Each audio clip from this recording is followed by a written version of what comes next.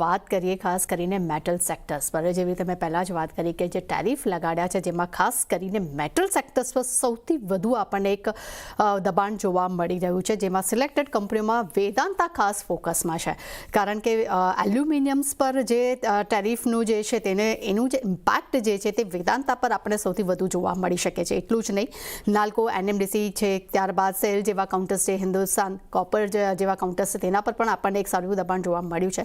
તો મેટલ સેક્ટર્સે તમે કેવી રીતે જુઓ છો? કારણ કે મેટલ સેક્ટર ડેફિનેટલી આપણે હંમેશા જોયું છે કે ન્યૂઝ બેઝ વધુ એક ઇફેક્ટ કરતું હોય છે અને ગ્લોબલ ઇફેક્ટ આપણને સૌથી વધુ અહીંયા આપણને જોવા મળતી હોય છે. અને કોમોડિટીઝ પ્રાઇસમાં પણ જે પણ અપ એન્ડ ડાઉન્સ હશે તે દરેક આપણને એક શેર્સ પર એનો સારો એવો આપણને એક પ્રેશરાઇઝ જોવા મળતું હોય છે. મેટલ સેક્ટર તમે કેવી રીતે જુઓ છો અને વેદાંતા પર શું મત બની રહ્યો છે?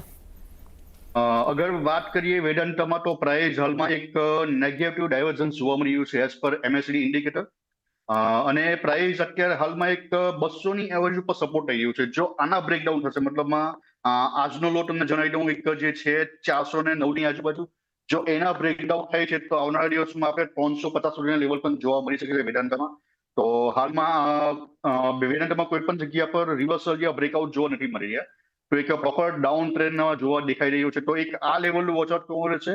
જો 409નું જો બ્રેકડાઉન થશે તો આવનારા દિવસોમાં હજુ આમાં સેલિંગ પ્રેશર જોવા મળી શકે છે વેદાંતા. ઓકે, તો વેદાંતામાં ખાસ કરીને 409નો એક સ્ટ્રોંગ સપોર્ટ છે. અગર જો તમને આ લેવલ્સ જો બ્રેક થશે તો તમને બીજા જે હજી વધુ નીચે વેદાંતાનો સ્ટોક તમને આવતો જોવા મળી શકે છે. ખાસ કરીને